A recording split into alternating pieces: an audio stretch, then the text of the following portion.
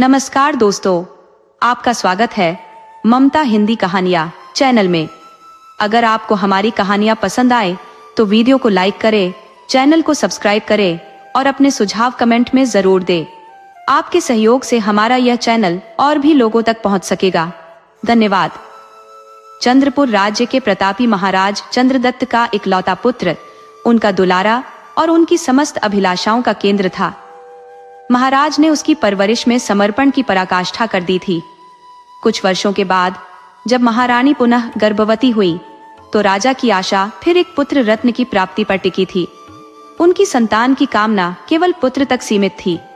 पुत्री के प्रति उनका हृदय सदा से उदासीन रहा। 9वां महीना पूरा होते ही प्रसव का समय निकट आ गया, लेकिन तभी महाराज को एक अत्यावश्यक कार्य हेतु दूसरे राज्य की यात्रा करनी पड़ी। प्रस्थान करते समय उन्होंने महारानी से कठोर शब्दों में कहा, यदि मैं लौटने से पहले संतान का जन्म होता है और वह पुत्र हो तो मुझे समाचार भेज देना, परंतु यदि वह पुत्री हो तो उसे जन्म लेते ही समाप्त कर देना। यह कहते हुए राजा अपने काफिले के साथ प्रस्थान कर गए। महाराज के प्रस्थान के 2 दिन बाद ही महारानी ने एक अत्यंत सुंदर कन्या को जन्म दिया। उस नवजात की मोहिनी सूरत ने रानी का हृदय दया और ममता से भर दिया, किंतु राजा के निर्देशों को याद कर रानी असमंजस और दुख के अथाह सागर में डूब गई। उनकी यह पीड़ा उनकी विश्वास पात्र दासी ने तुरंत समझ ली। दासी ने रानी को सांत्वना देते हुए कहा, महारानी व्याकुल न हो, इस बालिका को मैं सबके सामने ये कहकर अपने साथ ले जाऊंगी कि इसे समाप्त करने जा रही हूँ, परंतु वास्तव में मैं इसे अपने घर में पालूंगी। यदि आप समय समय पर कुछ धनराशि या साधन भेज सकेंगी तो यह बच्ची ऐश्वर्य के साथ जीवन जिएगी। यदि ऐसा न हो सके तो मैं जो बन पड़ेगा उसी से इसे बड़ा कर लूंगी। रानी ने आभूषण और धन देकर उस मासूम बालिका को दासी के सुपुर्द कर दिया। महल में यह घोषणा कर दी गई कि बच्ची को समाप्त कर दिया गया है। दूसरी ओर दासी बच्ची को अपने घर ले गई और उसे अपने पुत्र समान स्नेह से पालने लगी। राजा जब अपनी यात्रा से लौटे तो रानी ने उन्हें सूचित किया कि उनके जाने के बाद कन्या का जन्म हुआ था और उनके आदेशानुसार उसे संसार से विदा कर दिया गया। राजा यह सुनकर अत्यंत संतुष्ट हुए। उधर दासी ने समाज के समक्ष यह बता दिया कि बच्ची उसकी अपनी संतान है। वह समय समय पर बच्ची को महल में लाती थी, जहां रानी उसकी देखभाल करती और अपनी ममता का अमृत उसे पिलाती। साथ ही दासी को स्वर्ण और चांदी देकर यह सुनिश्चित करती कि बच्ची का लालन पालन उत्कृष्ट रूप से हो। समय के साथ वह बालिका यौवन की ओर बढ़ने लगी। उसकी दिव्य सौंदर्य और तेजस्विता किसी राजकुमारी से कम नहीं थी। यद्यपि वह राजमहल की दीवारों के बाहर पली बड़ी, परंतु उसके व्यक्तित्व और आकर्षण में राजसी गरिमा की झलक स्पष्ट थी। एक दिन राजा अपनी सेना के साथ नगर की गलियों से गुजर रहे थे। अचानक उसी मार्ग से दाई अपनी पोती राजकुमारी के साथ निकल रही थी। जैसे ही राजा की नजर उस युवती पर पड़ी, उसने उत्सुकता से पूछा, यह कौन है? मंत्री ने उत्तर दिया, महाराज, यह दासी की पोती है। राजा ने युवती के रूप रंग पर गौर करते हुए कहा, यह कन्या मुझे अत्यधिक आकर्षित करती है। तुरंत इसका विवाह प्रस्ताव लेकर इसके घर जाओ। राजा के आदेश का पालन करते हुए मंत्री ने अगले दिन सिपाहियों को साथ लेकर दासी के घर रिश्ता भेजने का साहस किया। दासी की स्थिति पर दृष्टि डालते हुए वह मन ही मन घबराई। हे भगवान, अब क्या होगा? उसने राजा का प्रस्ताव सिरे से नकारते हुए कहा, मैं एक निर्धन स्त्री हूँ। मेरी पोती किसी राजसी परिवार के योग्य नहीं है और न ही यह आपके राज्य के उच्च गौरव के अनुकूल है। कृपया इस विषय को यहीं समाप्त करें और भविष्य में इस पर बात न करें। राजा के आदेश की निंदा करने वाले इस उत्तर ने उसे क्रोधित कर दिया और उसने मंत्री को बार बार दासी के घर भेजने का निर्देश दिया।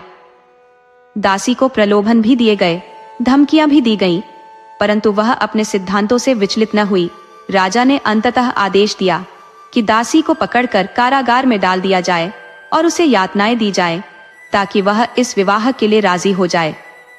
दासी को जब राजा के सामने लाया गया और उस पर कोड़े बरसाए गए तो उसने दर्द से कराहते हुए राजा से कहा, महाराज, यह युवती आपकी ही पुत्री है। मैंने इसे मारने की बजाय अपने घर में पाला है। राजा को अपनी भूल का एहसास हुआ, लेकिन यह जानकर कि उसकी बेटी जीवित है, वह और भी ज्यादा भड़क उठा। उसने अपने राजकुमार को आदेश दिया, अपनी बहन को जंगल में ले जाकर मार डालो, उसकी आंखें निकाल कर लाओ ताकि मुझे यकीन हो जाए। राजकुमार इस निर्दयी आदेश को सुनकर अत्यधिक व्यथित हो गया। उसे अपनी बहन का वध करना असंभव सा लगा, लेकिन वह यह भी जानता था कि अगर उसने राजा के आदेश का पालन करने से इनकार किया तो राजा न केवल उसे बल्कि उसकी बहन को भी मार डालेगा। विवश होकर राजकुमार अपनी बहन को लेकर जंगल की ओर चल पड़ा। जंगल के घने अंधकार में प्रवेश करते ही राजकुमार के हृदय में बहन के प्रति गहरी ममता उमड़ पड़ी। उसने अपनी बहन से कहा, बहन, मैं तुम्हारे हाथों से कतई प्राण नहीं ले सकता। मैं तुम्हें यहीं छोड़कर जाता हूँ। तुम्हारा भाग्य जैसे चाहे वैसे तुम्हारा मार्गदर्शन करेगा। राजकुमारी ने गंभीर भाव से उत्तर दिया, भैया, यदि तुम मुझे यहीं छोड़कर जाने का निर्णय ले रहे हो तो मुझे अपनी आंखें ले जाना और मुझे समाप्त कर देना। मैं नहीं चाहती कि मेरे कारण तुम्हारी जान संकट में पड़े। भाई बहन ने जब एक दूसरे को गले लगाया तो उनके अश्रुओं का सैलाब थमने का नाम नहीं ले रहा था। लंबे समय तक समझाने के उपरांत राजकुमार ने किसी प्रकार अपनी बहन को इस कठिन निर्णय के लिए राजी कर लिया।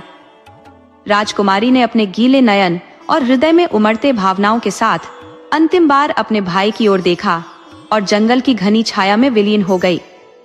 इसके उपरांत राजकुमार ने वन के कठिन और उबड़ खाबड़ मार्ग पर भटकते हुए एक हिरण का शिकार किया। उसने उस निरीह प्राणी का रक्त एकत्र किया, उसकी आंखें निकाली और इन्हें लेकर राजा के समक्ष उपस्थित हो गया। राजा ने यह देखकर संतोष की सांस ली, यह सोचते हुए कि उसकी आज्ञा का पालन हुआ है और उसकी पुत्री अब जीवित नहीं है। जब रानी तक यह घटना पहुंची तो उसने अपने पुत्र को तुरंत बुलवाया और इस समूची घटना का सत्य जानना चाहा। राजकुमार ने अपने मन की पीड़ा व्यक्त करते हुए उसे वास्तविकता बता दी कि उसकी बहन अभी भी जीवित है। यह सुनकर रानी ने हाथ जोड़कर ईश्वर से प्रार्थना की, हे भगवान, मेरी बेटी की रक्षा करना। इस बीच राजकुमारी ने जंगल के निर्जन वातावरण में अपने जीवन को नए सिरे से ढाल लिया। भूख लगने पर वह वृक्षों से फल तोड़कर खाती और प्यास बुझाने के लिए बहते झरनों का मीठा जल पीती।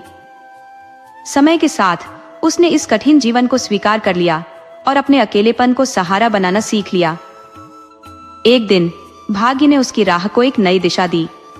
उसी वन में पड़ोसी राज्य का राजकुमार अमृतसेन शिकार की तलाश में आया। जब वह जंगल की अनजानी राहों पर भटक रहा था, उसकी दृष्टि अचानक उस राजकुमारी पर पड़ी। राजकुमारी की अप्रतिम सुंदरता ने राजकुमार को मंत्रमुग्ध कर दिया। उसने बिना देर किए राजकुमारी के समक्ष विवाह का प्रस्ताव रख दिया।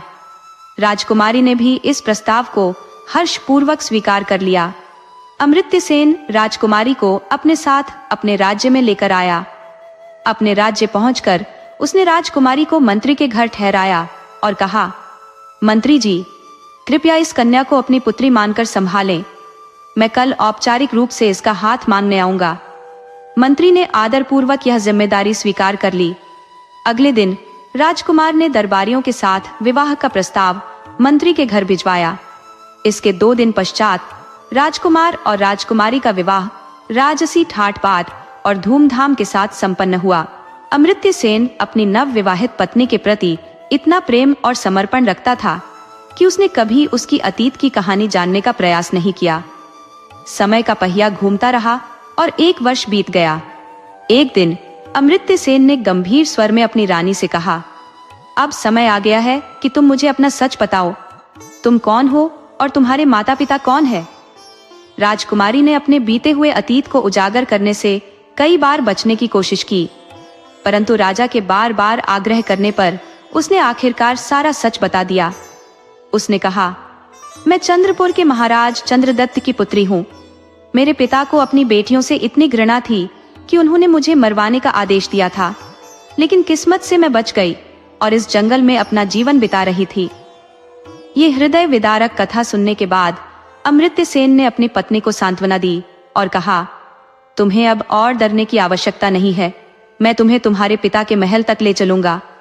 राजकुमारी ने विनम्रता से निवेदन किया, मुझे अपने निर्दयी पिता के समक्ष ले जाने का प्रयास न करें, वह निश्चय ही मेरी हत्या करने का दुस्साहस करेंगे। परंतु अमृत्य सेन ने उसे विश्वास दिलाया, जब तक मैं हूं तुम्हें किसी भी प्रकार का भय नहीं होना चाहिए। राजकुमारी के बार बार मना करने के बावजूद राजा अमृत्य सेन अपने निर्णय पर अड़िग रहा। अंततः यह तय हुआ कि अगले सप्ताह वह अपनी रानी को लेकर उसके माता पिता से भेंट करने जाएगा। चंद्रपुर की यात्रा हेतु राजा अमृत्य सेन ने विस्तृत प्रबंध सुनिश्चित किए। राजकुमारी के साथ एक विशाल सेना और उसके नेतृत्व हेतु एक प्रमुख सेनापति को भेजा गया। यद्यपि राजा स्वयं एक अत्यावश्यक राजकीय दायित्व के कारण महल में रुकने को विवश हुए। उन्होंने सेनापति से स्पष्ट किया कि वह 2 दिवस पश्चात अपनी जिम्मेदारी समाप्त कर मार्ग में काफिले से सम्मिलित होंगे। सेनापति ने राजकुमारी और सैन्य दल के साथ चंद्रपुर की ओर प्रस्थान किया। यात्रा के मध्य एक विश्राम स्थल पर पहुंचने पर सेनापति ने राजकुमारी के लिए भव्य तंबू की व्यवस्था करवाई, किंतु राजकुमारी ने यह देखा कि सेनापति का तंबू उसके तंबू के अत्यंत निकट था। यह देखकर उसने सेनापति को बुलाकर तीव्र स्वर में कहा, तुम यह भूल न करो कि मैं एक राजा की पुत्री और पत्नी हूँ। अपने तंबू को यहाँ से पर्याप्त दूरी पर स्थानांतरित करो। सेनापति ने झुककर उत्तर दिया, महारानी जी, महाराज ने आपकी सुरक्षा का भार मेरे कंधों पर सौंपा है। यदि आपको कोई क्षति पहुंची तो मैं महाराज को क्या मुंह दिखाऊंगा। राजकुमारी ने कठोरता के साथ उसे समझाते हुए कहा, तुम निश्चिंत रहो, मेरी सुरक्षा की चिंता मत करो, किंतु अपना तंबू तुरंत यहाँ से दूर हटाओ। फिर भी सेनापति अपनी बात पर अड़िग रहा। रात्रि के भोजन के उपरांत सभी अपने अपने तंबुओं में विश्राम करने चले गए, परंतु सेनापति का विकृत मन उसके विचारों पर हावी हो चुका था। रात्रि के नीरव सन्नाटे में उसने अपने धृष्ट विचारों को क्रियान्वित करते हुए राजकुमारी के तंबू में प्रवेश किया। लेकिन राजकुमारी, जो पहले ही उसकी मंशा पर सशंकित थी, हल्की सी आहट से जाग गई। जैसे ही उसने सेनापति को अपने तंबू में देखा, उसने दहाड़ते हुए कहा, दोस्त, क्या यह नहीं भान है कि मैं तुम्हारे राजा की धर्मपत्नी हूँ? तुरंत यहाँ से बाहर निकलो। किंतु सेनापति ने उसकी बातों को अनसुना कर अपनी हरकतें जारी रखी। जब राजकुमारी ने समझा कि सेनापति अपने दुर्भावनापूर्ण इरादों से पीछे नहीं हटेगा, तो उसने पास रखा एक भारी फूलदान उठाकर उसके सिर पर पूरी शक्ति से दे मारा। इससे पूर्व कि सेनापति संभल पाता, राजकुमारी अपने तंबू से बाहर निकलकर अंधकार में भाग निकली। भागते हुए उसने देखा कि उसके सामने एक विशाल नदी प्रवाहित हो रही है। उसके मन में न तो कोई और विचार आया, न ही कोई भय शेष रहा। उसने अपने प्राणों की रक्षा हेतु उस उफनती नदी में छलांग लगा दी। नदी की प्रचंड धारा उसे बहाकर मीलों दूर एक अनजाने स्थान पर ले गई। नदी के किनारे 4 मछुआरे मछलियां पकड़ने में व्यस्त थे। उनकी दृष्टि अचानक प्रवाह में बहती राजकुमारी पर पड़ी। उन्होंने तत्परता से उसे बचाने का प्रयास किया और अंततः पानी से बाहर खींच लाए। जब राजकुमारी ने अपने चारों ओर इन मछुआरों को देखा, तो उसका हृदय भय और संशय से भर उठा। वह सोचने लगी, मैं दुष्ट सेनापति के चंगुल से बचकर भागी थी, परंतु अब इन अजनबी मछुआरों के बीच आ फंसी हूं। चारों भाई आपस में वाद विवाद करने लगे। हर कोई इस बात का दावा कर रहा था कि यह कन्या मेरी है। अंततः उन्होंने निर्णय लिया कि इस विषय को अपने पिता के समक्ष प्रस्तुत करेंगे और जो भी उनका निर्णय होगा उसका पालन करेंगे। वे राजकुमारी को अपने पिता के समक्ष ले गए। उनके पिता सत्यनिष्ठ और विवेकशील व्यक्ति थे। उन्होंने राजकुमारी को देखते ही भांप लिया कि वह राज परिवार से ताल्लुक रखती है और उनके किसी भी पुत्र के लिए उपयुक्त नहीं है। उन्होंने अपने पुत्रों से कहा, मेरे प्रिय पुत्रों, तुम 4 भाई हो और तुम्हारी कोई बहन नहीं है। इस कन्या को अपनी बहन मानकर उसकी सुरक्षा का दायित्व लो। यह न केवल तुम्हारे जीवन को दिशा देगी, बल्कि इसे नई परिभाषा भी देगी। पिता के इन शब्दों ने चारों भाइयों को सोचने पर विवश कर दिया और उन्होंने सर्वसम्मति से उसे अपनी बहन के रूप में स्वीकार कर लिया। तत्पश्चात उसकी देखभाल और सम्मान उनके जीवन का सर्वोपरि उद्देश्य बन गया। दूसरी ओर जब राजा अमृत्य सेन अगले दिन अपने काफिले के साथ सेनापति के शिविर पहुंचे, तो उन्होंने पाया कि उनकी पत्नी वहां नहीं थी। क्रोध और चिंता से भरकर उन्होंने सेनापति से गंभीरता से पूछा, मेरी रानी कहाँ है? सेनापति ने उत्तर दिया, महाराज, रानी जी एक रहस्यमयी तांत्रिक निकली। उन्होंने मुझसे रात को उल्लू की आंखें, बिल्ली का रक्त और गिरगिट की पूंछ मंगवाई थी। पूरी रात उनके तंबू से विचित्र ध्वनियां आती रही, लेकिन सुबह जब हमने तंबू की तलाशी ली तो वे गायब थी। राजा ने यह सुनकर विस्मय और अविश्वास से सेनापति को घूरा। उन्हें सेनापति की बातों पर संदेह हुआ, परंतु ठोस प्रमाण के अभाव में वह कुछ कहने या करने में असमर्थ रहे। उन्होंने अपने भीतर की पीड़ा को दबाते हुए कहा, अभी हम अपनी यात्रा जारी रखेंगे और चंद्रपुर राज्य पहुंचकर ही किसी निष्कर्ष पर पहुंचा जाएगा। अमृत्य सेन के हृदय में विचारों का ज्वार उमड़ रहा था। उन्होंने दृढ़ निश्चय किया, चंद्रपुर पहुंचकर मैं अपने निर्दयी ससुर से अवश्य पूछूंगा कि उन्होंने अपनी पुत्री के साथ ऐसा क्रूर व्यवहार क्यों किया। उन्हीं की क्रूरता और अमानवीयता ने उनकी बेटी को जंगलों में भटकने और तंत्र मंत्र की राह पर चलने के लिए विवश किया। मैं अवश्य जानूंगा कि उन्हें अपनी बेटियों से इतना वैमनस्य क्यों है। राजा चंद्रदत्त, जो अब अपने किए गए अन्यायों की स्मृतियों में डूबा हुआ था, अपनी पुत्री की व्यथा कथा सुनकर और अधिक व्याकुल हो उठा।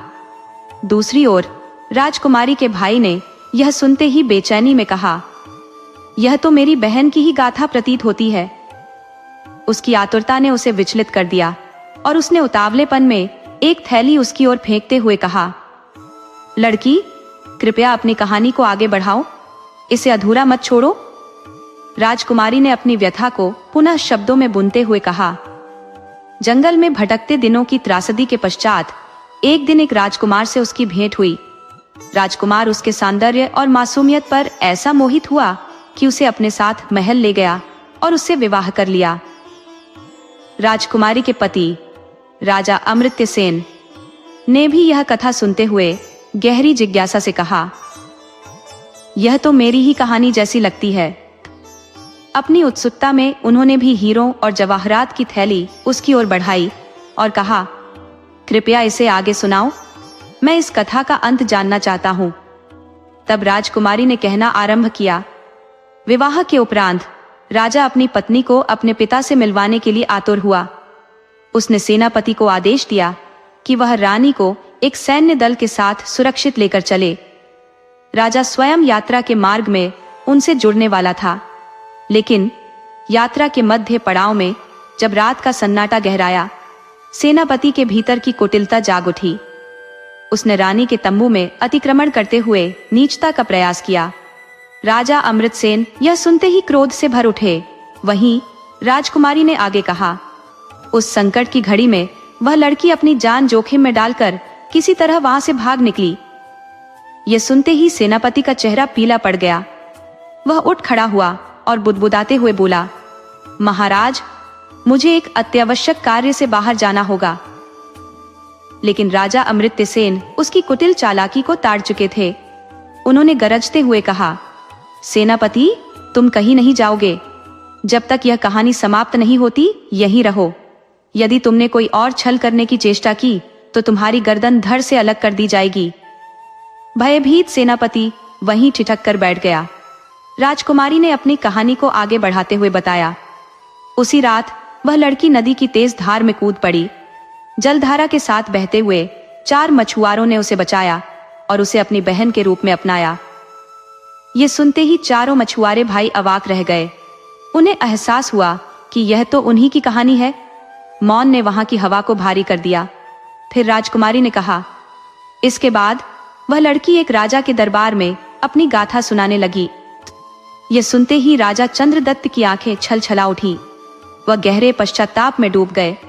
उनकी आंखों से बहते आंसू उनके हृदय की वेदना का प्रमाण थे।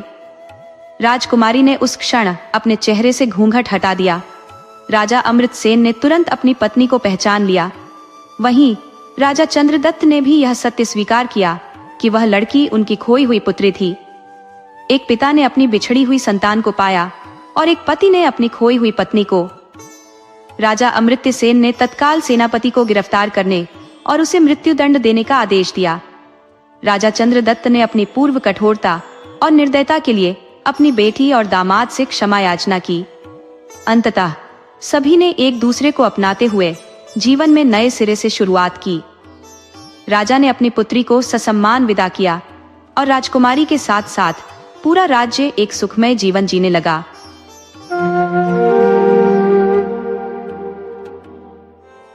किसी समय की बात है, एक राजा शतानीक नाम से प्रसिद्ध अपने जीवन की सबसे विकट चिंता में डूबे हुए थे। लंबे समय से उनका राज्य एक उत्तराधिकारी के अभाव में था। समय जैसे ठहर गया था और राजा के हृदय में एक गहरी व्याकुलता व्याप गई थी। उनके पास धन, वैभव और अपार यश था, किंतु औलाद का सुख उनके जीवन से मानो कोसों दूर था। राजमहल की शोभा अपने चरम पर थी। राजा ने अपने मंत्रियों की सभा बुलाई और गंभीर स्वर में प्रश्न किया, मंत्रीगण, बताइए, इस समस्या का समाधान क्या हो सकता है? मंत्रियों ने गहन विचार के बाद कहा, महाराज, धैर्य रखें। विधि का विधान अपरिवर्तनीय है। यदि ईश्वर की इच्छा होगी तो आपकी मनोकामना अवश्य पूर्ण होगी। उस समय बहुविवाह प्रथा प्रचलित थी और कई रानियां होना राजाओं के लिए सामान्य बात थी। परंतु शतानीक ने अपनी पटरानी से अगाध प्रेम के कारण इस परंपरा को अपनाने से इनकार कर दिया। उनकी निष्ठा और स्नेह अपनी रानी के प्रति अविचलित थे। वर्ष बीतते गए और एक दिन राजमहल में शुभ समाचार की गूंज उठी। महारानी की गोद भर आई थी। ये सुनते ही समूचे राजमहल में हर्ष और उल्लास की लहर दौड़ पड़ी। राजा ने ईश्वर को कृतज्ञता से नमन किया और अब अपनी रानी की हर आवश्यकता का ध्यान रखने लगे। समय बीतता रहा। एक दिन जब राजा अपने दैनिक कार्यों से निवृत्त होकर राजमहल पहुंचे तो उन्होंने महारानी से उनका कुशलक्षेम पूछा। रानी ने आदर पूर्वक राजा का स्वागत किया, उन्हें आसन ग्रहण कराया और विनम्र स्वर में कहा, महाराज, मेरा स्वास्थ्य तो ठीक है, किंतु मन में एक ऐसी इच्छा है जिसे प्रकट करते हुए मुझे लज्जा का अनुभव हो रहा है। राजा ने उत्सुकता से पूछा, ऐसी कौन सी बात है रानी जी, जिसे कहते हुए आप संकोच कर रही हैं? निसंकोच बताइए, आपकी हर इच्छा को पूर्ण करने का मेरा संकल्प अटल है। रानी कुछ पल हिचकिचाई, फिर धीरे से बोली, महाराज, इन दिनों मैं विचित्र स्वप्न देखती हूँ। इन स्वप्नों में मुझे ऐसा प्रतीत होता है मानो मैं उन कल्पनाओं को यथार्थ में जीने की लालसा रखती हूँ। मेरी यह अभिलाषा न तो साधारण है और न ही सरल, इसीलिए इसे व्यक्त करना मेरे लिए कठिन है। राजा ने सहजता और धैर्य के साथ उत्तर दिया, रानी जी, आपकी हर भावना मेरे लिए महत्वपूर्ण है। निसंकोच अपनी अभिलाषा व्यक्त करें, मैं उसे पूर्ण करने का हर संभव प्रयास करूंगा। रानी ने अपनी दृष्टि झुका ली, परंतु उनके शब्दों में वर्षों से दबा एक स्वप्न प्रकट होने की प्रतीक्षा कर रहा था। महाराज ने गंभीर स्वर में कहा, यदि तुम अपनी बात नहीं कहोगी तो मुझे कैसे पता चलेगा कि तुम्हारी अभिलाषा क्या है? महारानी ने गहरे संकोच में डूबी हुई स्वर में उत्तर दिया, महाराज, मैंने स्वप्न में देखा कि मैं मानव के रक्त में स्नान कर रही हूँ। यह विचार मेरे मन मस्तिष्क में निरंतर घूमता रहता है और मैं इसे दबा पाने में असमर्थ हूँ। मुझे ऐसा प्रतीत होता है कि यदि यह इच्छा पूरी हो जाए तो मेरे भीतर एक अजीब सी शांति स्थापित हो जाएगी। इतना कहकर वह झरोखे की ओर मुड़ गई और बाहर देखने लगी। राजा शतानीक यह सुनकर गहरे चिंतन में डूब गए। कुछ देर विचार मग्न रहने के पश्चात उन्होंने स्वयं को संभालते हुए धीरे धीरे कहा, ठीक है महारानी, मैं इस पर विचार करता हूँ। मैं मंत्रियों और राजपुरोहित से परामर्श करूंगा और फिर उचित निर्णय लूंगा।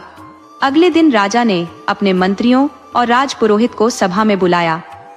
गंभीर मुद्रा में उन्होंने कहा, मंत्रीगण, आप सभी जानते हैं कि महारानी का स्वास्थ्य इन दिनों कैसा है, किंतु उनके मन में एक विचित्र अभिलाषा उत्पन्न हुई है।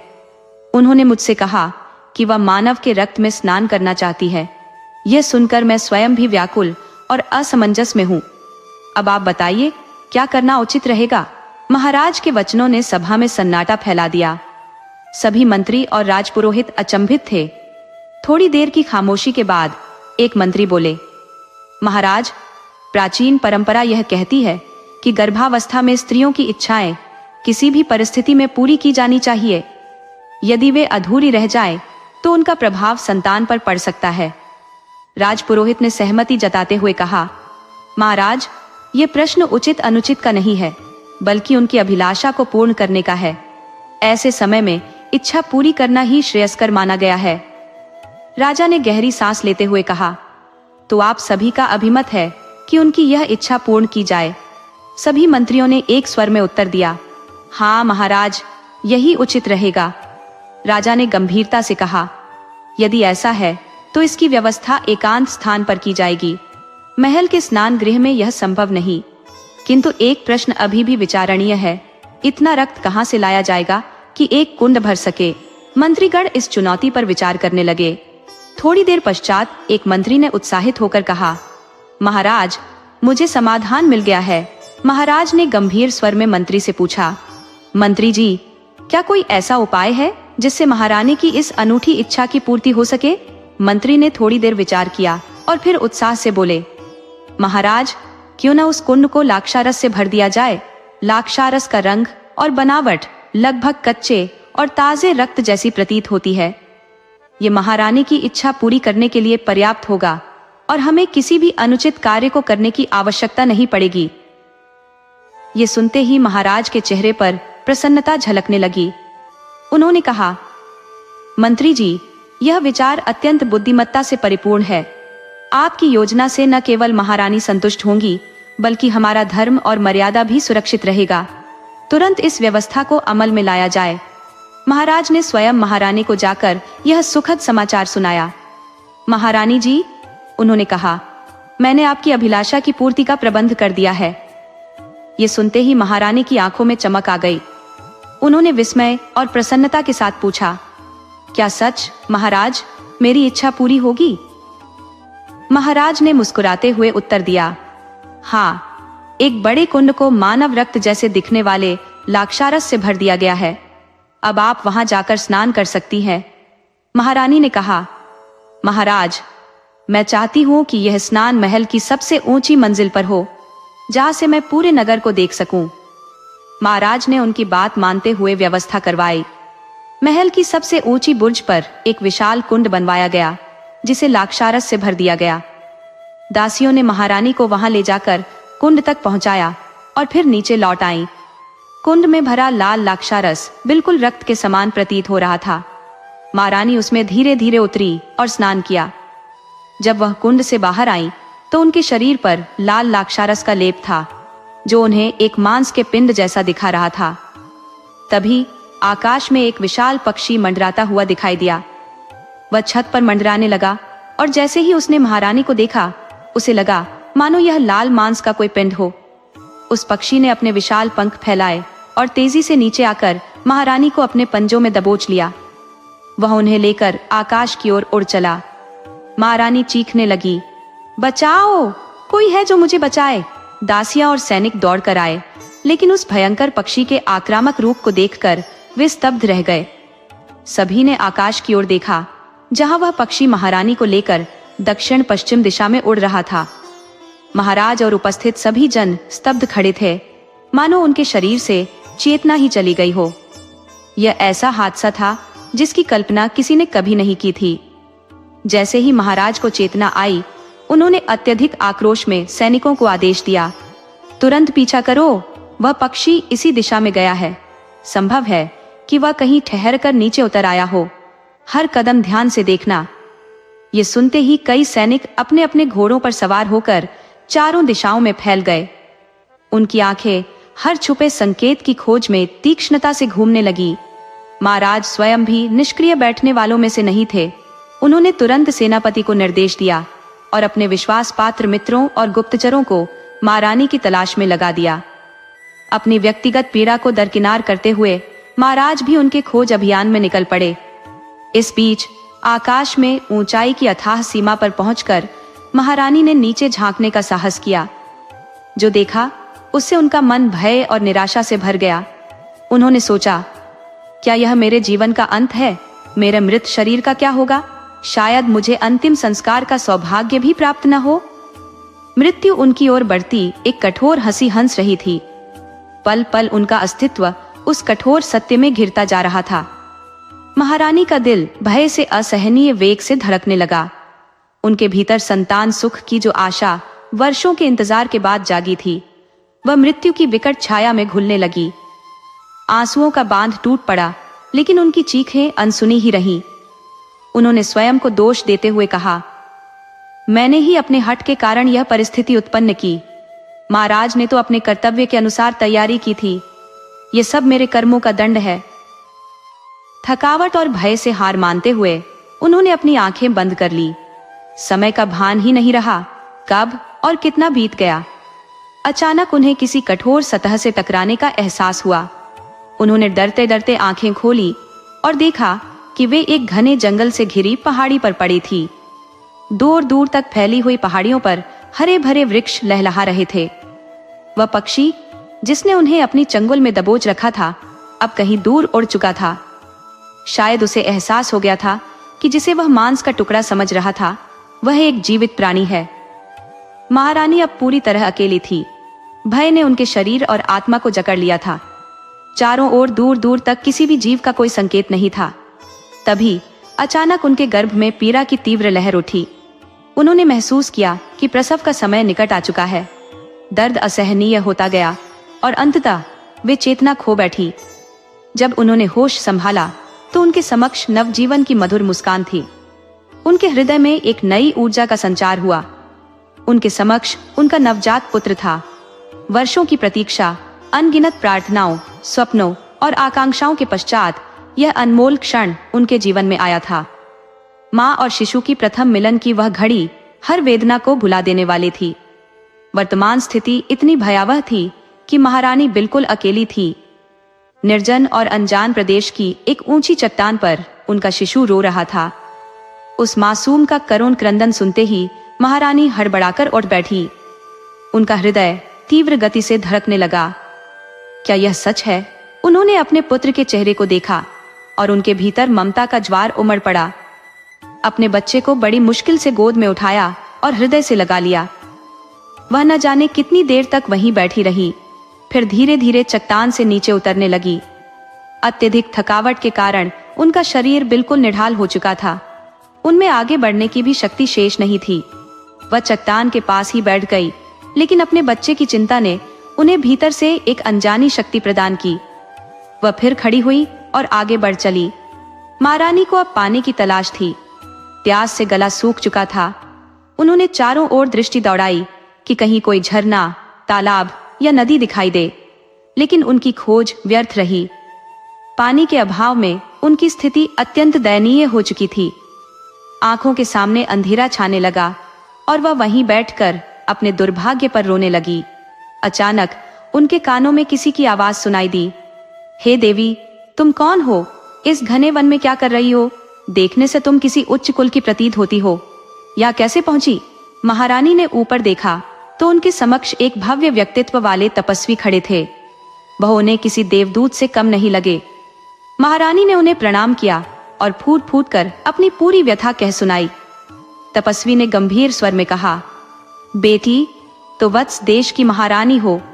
यह स्थान उदयगिरी की पहाड़ियों का है और यहाँ से वत्स देश का फासला सैकड़ों कोस का है। बिना किसी तेज गति वाले साधन के वहां पहुंचना असंभव है। मैं एक तपस्वी हूँ, सांसारिक साधनों से परे, लेकिन मैं तुम्हें अपने आश्रम में ले चलने का प्रस्ताव रखता हूँ। मेरा नाम मरीचि है। तुम मेरी बेटी बनकर मेरे साथ रहो। मैं तुम्हारे पुत्र की देखभाल करूंगा और राजा तक तुम्हारा संदेश पहुंचाने का हर संभव प्रयास करूंगा। तपस्वी मरीचि के साथ महारानी उनके आश्रम आ गई। वहां अन्य ऋषियों के भी आश्रम थे। जब ऋषियों ने एक नवजात को गोद में लिए सुंदर स्त्री को देखा तो सब उनकी ओर देखने लगे। किसी ने तपस्वी मरीचि से पूछा, ऋषिवर, ये कौन है? मरीचि ने उत्तर दिया, यह मेरी पुत्री समान है। जीवन के कठिन पलों से गुजरी है। अब से यह हमारे साथ रहेगी। इसके और इसके पुत्र के पालन पोषण की जिम्मेदारी हमारी है। महारानी अब आश्रम में रहने लगी, जहां उनका और उनके पुत्र का देखभाल पूरी श्रद्धा से किया गया। ऋषि कन्याएं उस स्त्री, जो अब महारानी नहीं मात्र एक माँ थी, को अपनी कुटिया में ले गईं। आश्रम में नवजात शिशु का नामकरण संस्कार संपन्न हुआ। मरीचि ऋषि ने गंभीर स्वर में कहा, इस बालक का जन्म उदयगिरी की पहाड़ियों में हुआ है, इसलिए इसका नाम उदयन होगा। उदयन आश्रम में पलने लगा। वह एक असाधारण सौंदर्य और स्वस्थ काया का स्वामी था, जिसकी चपलता और आकर्षण ने पूरे आश्रम का ध्यान खींच लिया। उसकी नटखटता और उत्सुकता भरी प्रवृत्ति हर किसी के चेहरे पर मुस्कान ले आती। आश्रमवासी उससे अगाध स्नेह करते।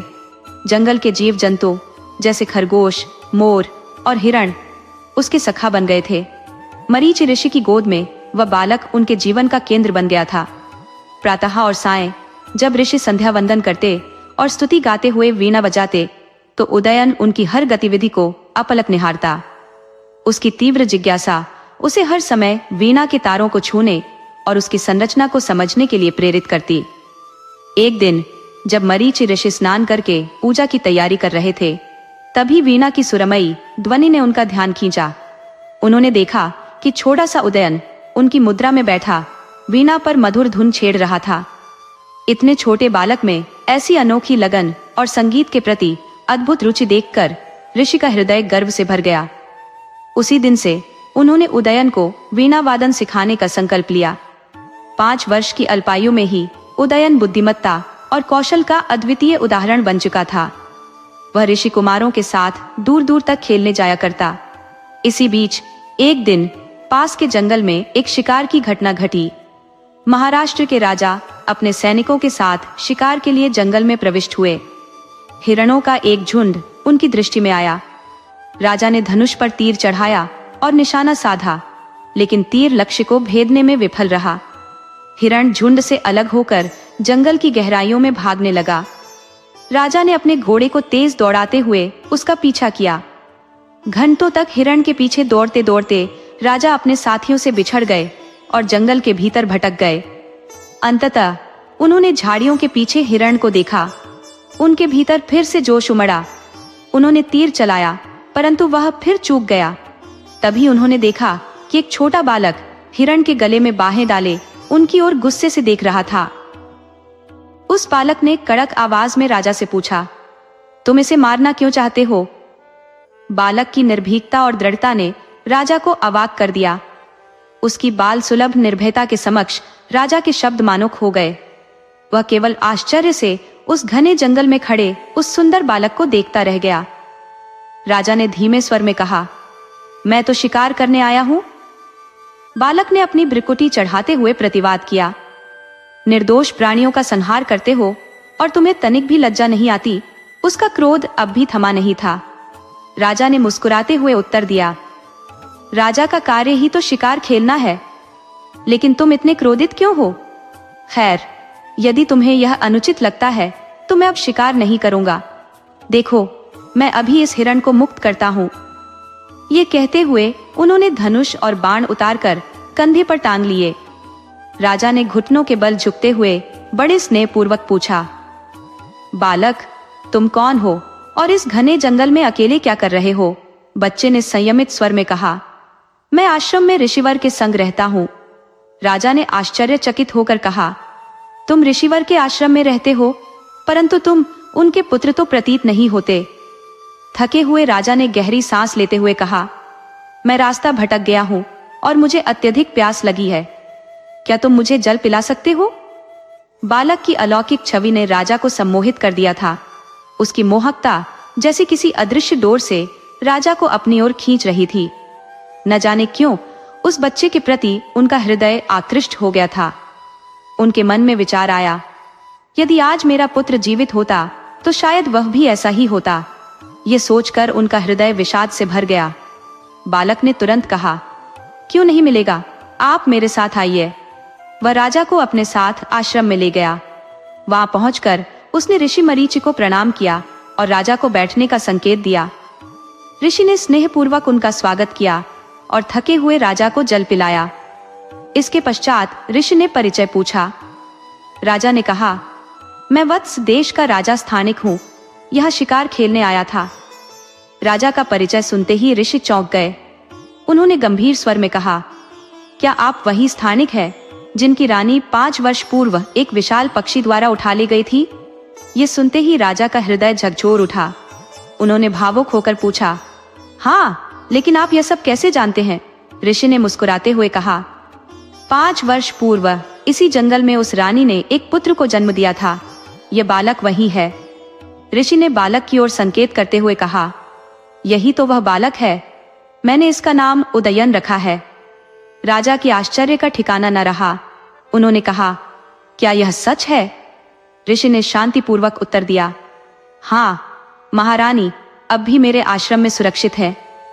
इतना कहते ही उन्होंने महारानी को बुलवाया।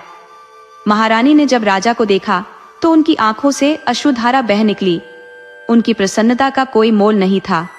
वे कांपते हुए राजा के समीप पहुंची और अश्रुपूर्ण आंखों से उनके समक्ष खड़ी हो गई। राजा ने ऋषि के चरणों में झुककर कृतज्ञता प्रकट की। उन्होंने कहा, ऋषिवर, आपने हमारे जीवन में जो आनंद भर दिया है उसके लिए हम सदा आपके ऋणी रहेंगे। यदि आपने इन्हें अपने स्नेह और संरक्षण में न लिया होता तो न जाने हमारा परिवार कहाँ होता। पूरे आश्रम में यह संवाद आग की भांति फैल गया कि महाराज पधारे हैं। यह समाचार सुनकर समस्त आश्रमवासी उल्लासित हो उठे। महाराज को आदर पूर्वक निवेदन किया गया, आज आप हमारे आतिथ्य को स्वीकार कीजिए। ऋषियों ने कहा, हम महारानी और राजकुमार को आपके साथ ससम्मान विदा करेंगे। महारानी मेरी पुत्री समान है और मैं उन्हें उसी सम्मान से विदा करूंगा। अगले दिन प्रातःकाल सभी निकटवर्ती आश्रमों के ऋषि, उनकी पत्नियां और अन्य विद्वत जन एकत्र हुए। उन्होंने महारानी को भव्य रूप से सजाया और अपने अपने सामर्थ्य के अनुसार उपहार अर्पित कर अश्रुपूर्ण नेत्रों से विदाई दी। राजमहल, जो वर्षों से विषाद में डूबा था, अब आनंद से गूंज उठा। उदयन, जो अब तक जंगल की निर्जनता में पला था, महल की भव्यता में रम गया। उसकी शिक्षा दीक्षा आरंभ हुई। उसे न केवल शास्त्रों में पारंगत किया जाना था, बल्कि शस्त्र विद्या में भी दक्ष बनाना अनिवार्य था। समय के साथ उदयन समस्त विद्याओं में निपुण हो गया। घुड़सवारी में तो वह प्रवीण था ही, हाथियों के प्रति उसका विशेष अनुराग था। उसका प्रिय हाथी कुंडमोदक उसके साहचर्य का साक्षी था। शास्त्रों की विद्या में उसका ऐसा प्रभुत्व था कि उसकी वीणा वादन की ख्याति दूर दूर तक फैल चुकी थी। साथ ही उसके अनुपम रूप और व्यक्तित्व की चर्चा भी सुगंध की भांति चारों ओर फैल चुकी थी। पड़ोसी राज्यों के राजा उसकी प्रशंसा सुनकर अपनी पुत्रियों के विवाह हेतु आतुर थे। उदयन के हृदय में अपने कुल के गौरव का प्रबल जागरण हो चुका था। ये गौरव धीरे धीरे अभिमान का रूप लेने लगा और यह अहंकार अदृश्य रूप से उसके जीवन में बड़ी आपदाओं की नींव रख रहा था। दूर स्थित वंती नगरी का राजा चंद्रप्रभु अपनी वीरता और विशाल सेना के लिए प्रख्यात था। उसकी क्रूरता और उग्र स्वभाव के कारण उसे महासंघ कहा जाता था। उनकी पत्नी महारानी अंगारवती और पुत्री वासव दत्ता अपनी अतुलनीय सुंदरता के लिए विख्यात थी। एक दिन महारानी अंगारवती महल के आंगन में चिंतनरत थी, तभी कुल पुरोहित ने प्रवेश किया। महारानी ने सादर उनका अभिवादन करते हुए कहा, पुरोहित जी, क्या हमारी पुत्री के लिए कोई योग्य वर मिला? पुरोहित ने उत्तर दिया, महारानी, राजकुमार उदयन जैसा योग्य वर वासव दत्ता के लिए कोई और नहीं हो सकता। उनके अनुपम रूप और साहस का सामना करना किसी भी अन्य राजकुमार के लिए संभव नहीं है। महारानी जी ने कहा, उसके समान तो केवल उड्डयन ही है। ये सुनकर राजपुरोहित ने उदयन के गुणों का ऐसा वर्णन आरंभ किया कि महारानी मुस्कुराते हुए उनकी बातें सुन रही थी। वहीं पास खड़ी वासव दत्ता उनके इन शब्दों को अपने मन की गहराइयों में बसाती चली गई। उदयन की छवि उसके हृदय में स्थायी हो गई और कल्पनाओं की रंगीन दुनिया में वह खोती चली गई। दिन भर वह उसकी छवि मन में गढ़ती और फिर उसे स्वयं ही मिटा देती। एक दिन महाराज ने कुल पुरोहित से पूछा, हमारी बेटी के लिए योग्य वर कौन हो सकता है? तब राज पुरोहित ने बिना किसी संशय के उदयन का नाम लिया। इधर वासव दत्ता मन ही मन उदयन से प्रेम करने लगी। उसकी भावनाएं कभी उसे मुस्कुराहट का कारण देती तो कभी उसे उदासी के गहरे सागर में धकेल देती। एक दिन उसकी माता महारानी अंगारवती उसे अचानक खोए हुए देख पास आ खड़ी हुई। वासव दत्ता को कुछ भी पता नहीं चला। महारानी ने कहा, बेटी, इन ख्यालों में खोई हुई हो? वासव दत्ता चौंक पड़ी और हड़बड़ाकर उठ खड़ी हुई, मानो उसकी कोई गुप्त बात उजागर हो गई हो। महारानी ने स्नेहपूर्वक उसे पुचकारते हुए कहा, कल कुल पुरोहित ने उदयन का जो वर्णन किया वह मेरे मन में गहराई तक बस गया है। मैंने निर्णय लिया है कि उनके पास रिश्ते का प्रस्ताव भेजा जाएगा। तुम्हारा क्या कहना है? वासव दत्ता के चेहरे पर शर्म का रंग बिखर गया। महारानी को अपनी पुत्री की भावनाओं का उत्तर मिल चुका था। उन्होंने वासव दत्ता के सिर पर स्नेह से हाथ फेरा और खड़ी हो गईं। महाराज से चर्चा के बाद राज पुरोहित को विवाह प्रस्ताव लेकर उदयन के पास भेजने की तैयारी शुरू कर दी गई। महारानी अंगारवती अत्यधिक प्रसन्न थी, क्योंकि उन्हें यह आभास हो गया था कि उनकी बेटी भी यही चाहती थी। महाराज ने कहा, हमारी बेटी का विवाह केवल उदयन से ही होगा। उन्होंने व्यवस्था करने का आदेश दिया। महारानी ने कहा, उदयन के वीणा बजाने के कौशल ने वासवदत्ता को मोहित किया है। वह भी वीणा बजाने की शौकीन है। इसी समानता ने उसे उदयन के प्रति आकर्षित किया है। इस शुभ प्रस्ताव के साथ महाराज ने राजपुरोहित को बहुमूल्य उपहारों और सैनिकों के साथ भेजा। चंद्रप्रभ का हर्ष अपरिमेय था। उनके महल में आनंद और उल्लास का वातावरण छा गया।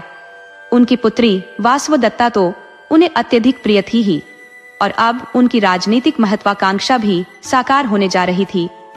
उनके देश की शक्ति और प्रभाव बढ़ने की संभावनाएं प्रबल हो गई थी।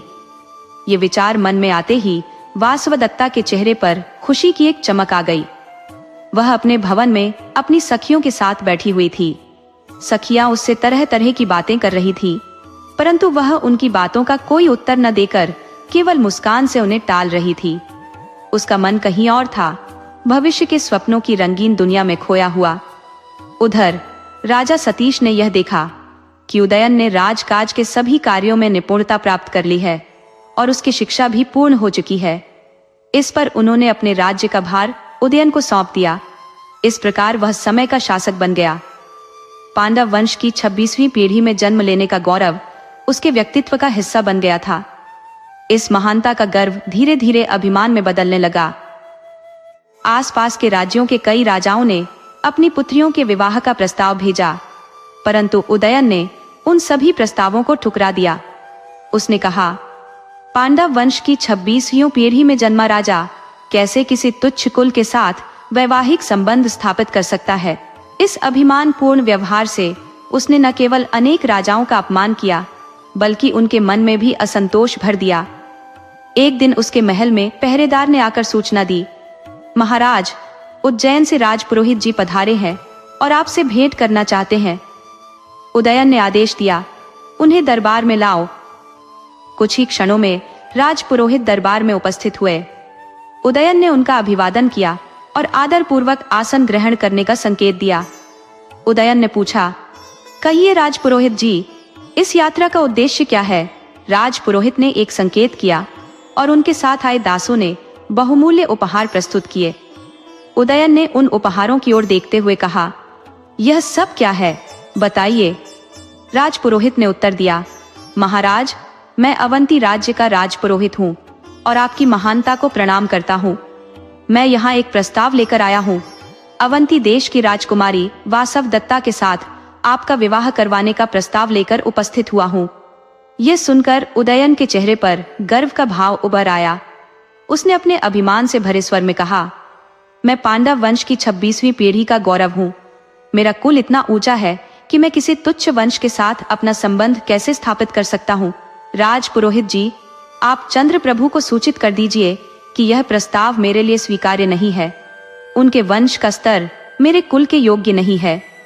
उदयन के इस उत्तर से राजपुरोहित स्तब्ध रह गए।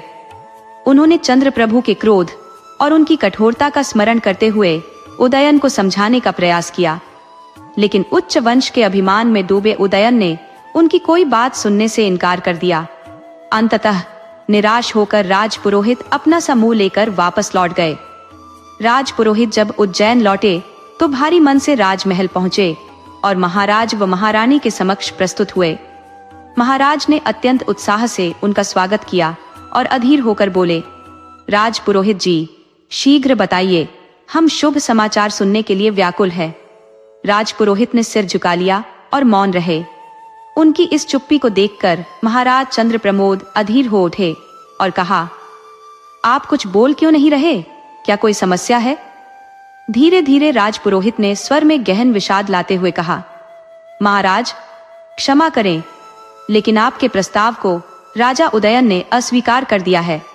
उन्होंने स्पष्ट शब्दों में कहा कि वह पांडवों की 26वीं पीढ़ी में जन्मे होने के गर्व के साथ हमारे तुच्छ वंश से संबंध स्थापित नहीं कर सकते।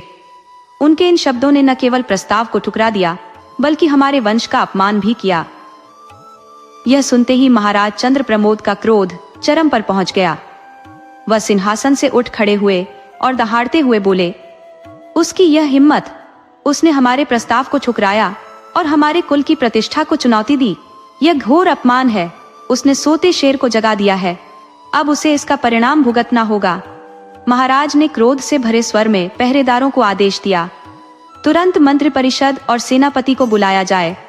महारानी अंगारवती ने सिर झुकाकर सब सुना, लेकिन उनके मन में वासुदत्ता का मासूम चेहरा बार बार घूम रहा था। समय अत्यधिक मूल्यवान था और हर क्षण उनके लिए चुनौती बनता जा रहा था। अचानक उनके मन में एक युक्ति कौंधी। महारानी ने महाराज को शांत करने का प्रयास किया। विनम्र स्वर में बोली, महाराज, क्रोध से समस्या का समाधान नहीं होगा।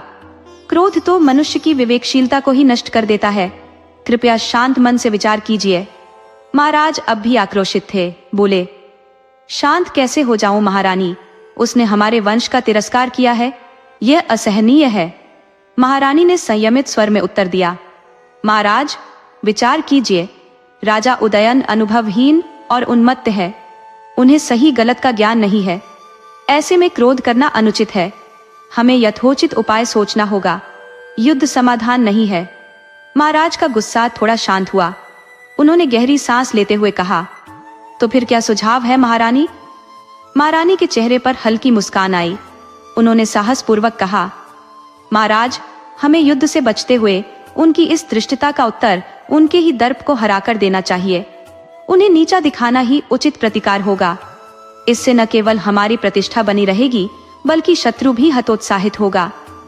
महाराज ने विचार मग्न होकर कहा, तुम्हारी बातों में तर्क है। यह उपाय उचित प्रतीत होता है। महारानी ने उत्साह से कहा, महाराज, आपका दीर्घ अनुभव और कुशल कूटनीति ही इस स्थिति को संभाल सकती है। इसे भुनाने का यही उचित समय है। महाराज ने सहमति में सिर हिलाया। उनके चेहरे पर एक नई ऊर्जा झलकने लगी, मानो उन्होंने संघर्ष के इस नए रास्ते को स्वीकार कर लिया हो। उसी समय पहरेदार ने आकर सूचना दी कि मंत्री जी और सेनापति जी उपस्थित हो गए हैं। महाराज ने पहरेदार से कहा, उन्हें अंदर बैठाओ। ये कहकर महाराज सभा कक्ष से उठकर बाहर चले गए और महारानी अंगारवती वासवदत्ता के पास चली गई। वासवदत्ता, जो शुभ समाचार सुनने की प्रतीक्षा कर रही थी, ने सभी के बदले हुए हाव भाव देखे। उसके मन में आशंका ने जन्म लिया। यहाँ खुशी का वातावरण क्यों नहीं है? ऐसा प्रतीत हो रहा था कि सभी कुछ न कुछ छुपाने का प्रयास कर रहे हैं। परंतु वासवदत्ता अंततः समझ गई कि उसके विवाह प्रस्ताव को ठुकरा दिया गया है। इस बात का उसे गहरा आघात लगा। वह अपनी सखियों के साथ अपने कक्ष में जाकर बैठ गई। तभी दासी ने आकर सूचना दी, महारानी जी आपसे मिलने आ रही है। महारानी अंगारवती वासवदत्ता के पास आई और उसके समीप बैठ गई। उन्होंने स्नेहपूर्वक पूछा, बेटी, क्या बात है? तुम इतनी उदास क्यों हो? वासवदत्ता ने धीमे स्वर में कहा, कुछ नहीं माँ, बस यूं ही बैठी हूं। महारानी ने गंभीरता से कहा, मुझे पता है कि तुम्हारे विवाह प्रस्ताव को ठुकरा दिया गया है। इस बात ने तुम्हें दुख पहुंचाया है, लेकिन धैर्य रखो, सब ठीक हो जाएगा। वासवदत्ता मन ही मन सोच रही थी, जो विधि का विधान है वह तो होकर रहेगा, परंतु इस चंचल मन का क्या करूं, जो बार बार उसी के पास दौड़ जाता है। इसी बीच महाराज चंद्रप्रमोद ने सेनापति और मंत्री से कहा, हमने इस स्थिति से निपटने का एक उपाय सोच लिया है। इस कार्य को अत्यधिक चतुराई और सतर्कता से करना होगा। यह इतना गुप्त होना चाहिए कि किसी को कानों कान खबर न लगे। महाराज ने आदेश दिया, अपने गुप्तचरों को सक्रिय करो। हमें उदयन की दिनचर्या की हर पहलू की जानकारी चाहिए। हमें पता लगाओ कि वह किन बातों को प्राथमिकता देता है, किसके लिए कितना समय देता है और किन मुद्दों पर विचार करता है। हर छोटी बड़ी बात का संपूर्ण विवरण चाहिए। सेनापति ने सिर झुकाकर उत्तर दिया, जैसा आप कहें महाराज, मैं तुरंत यह कार्य आरंभ करता हूँ। इसके पश्चात महाराज, मंत्री और सेनापति एक लंबी चर्चा में लीन हो गए। उनकी रणनीति और योजनाएं देर तक चलती रही। अंततः सभा समाप्त हुई। मंत्री और सेनापति अपने अपने स्थान लौट गए और महाराज अपने कक्ष में चले गए। उधर उदयन का दरबार सजा हुआ था। तभी पहरेदार ने आकर सूचना दी, महाराज, कुछ उच्च व्यापारी आपसे मिलने के लिए उपस्थित है। उदयन ने आदेश दिया, उन्हें दरबार में लाओ। व्यापारियों ने दरबार में प्रवेश किया। उनमें से एक ने विनम्रता से कहा, महाराज, हम बहुत दूर देश से आपकी कीर्ति सुनकर आए हैं। आपकी महानता और विद्या की चर्चा हर जगह होती है। हमें आपसे कुछ कहना है। उदयन ने कहा, कहिए, आप क्या कहना चाहते हैं? व्यापारी ने कहा, महाराज, हम हाथियों के व्यापार में संलग्न हैं, परंतु इस बार हमने एक ऐसे अद्भुत हाथी के बारे में सुना है जिसकी प्रशंसा शब्दों से परे है। हम उसकी विशेषता और दुर्लभता के बारे में आपको बताना चाहते हैं। हाथी का उल्लेख सुनते ही उद्यान में हलचल मच गई और उसने पूछा, कैसा हाथी? व्यापारी ने उत्तर दिया, महाराज, उज्जैन के समीप स्थित प्रसिद्ध कदली वन में एक अद्वितीय हाथी का नाम सुना है। वह नीले रंग का है और उसे नीलगंज के नाम से जाना जाता है। ऐसा चमत्कारी और दुर्लभ हाथी शायद ही कहीं और हो। हमने उसे देखा, किंतु उसे वश में करने में असमर्थ रहे। अब महाराज, आपके पास तो समस्त साधन और सामर्थ्य है। ऐसा अद्भुत हाथी आपके संग्रह का हिस्सा होना चाहिए। उदयन ने गंभीरता से कहा, अच्छा, देखेंगे। व्यापारी ने कुछ और समय वार्तालाप में बिताया और अंततः राजा से आज्ञा लेकर वहां से प्रस्थान किया। इसके बाद उदयन ने अपने मंत्रियों को बुलाया और कहा, मंत्री जी, कदली वन में वह नीलगंज नामक हाथी है जो अत्यंत विलक्षण बताया जा रहा है। मुझे वह प्राप्त करना ही है। आप जानते हैं कि मुझे उत्कृष्ट और दुर्लभ हाथियों को एकत्र करने का शौक है, अतः यह हाथी मेरी शान बढ़ाएगा। मंत्री जी, जो उदयन के पिता के समय से ही सेवा में थे और अब वृद्धावस्था की दहलीज पर खड़े थे, अत्यंत विश्वसनीय और निष्ठावान थे। उन्होंने आदर पूर्वक कहा, महाराज, इस पर विचार करना आवश्यक है। हो सकता है कि यह किसी षड्यंत्र का हिस्सा हो। उज्जैन से कदली वन काफी दूरी पर है। इस पर उदयन ने मुस्कुराते हुए कहा, मंत्री जी, हर बार आपके विचार इतनी शंकाओं से भरे क्यों होते हैं? चिंता न करें, मेरा आदेश तुरंत पालन करें। आदेश पाते ही उदयन अपने सैनिकों के साथ कदली वन की ओर निकल पड़ा। हाथियों को लेकर उसका लगाव इतना प्रबल था कि वह उनकी किसी भी सूचना को अनदेखा नहीं करता था। जहां भी किसी उत्तम हाथी की जानकारी मिलती, वह उसे अपने संग्रह का हिस्सा बनाने में देर नहीं करता। कदली वन पहुंचने पर उदयन और उसके सैनिकों ने उस हाथी को खोजने के लिए हर कोना छान मारा। अंततः गहन जंगल में उन्हें वह विशालकाय नीले रंग का हाथी दिखाई दिया। वह घने झाड़ियों के बीच खड़ा था और उसकी हल्की सी झलक ही नजर आ रही थी। उदयन और उसके सैनिक सावधानी पूर्वक उसकी ओर बढ़ने लगे। हाथी की कोई गतिविधि न देखकर उदयन को यह प्रतीत हुआ कि वह विश्राम कर रहा है।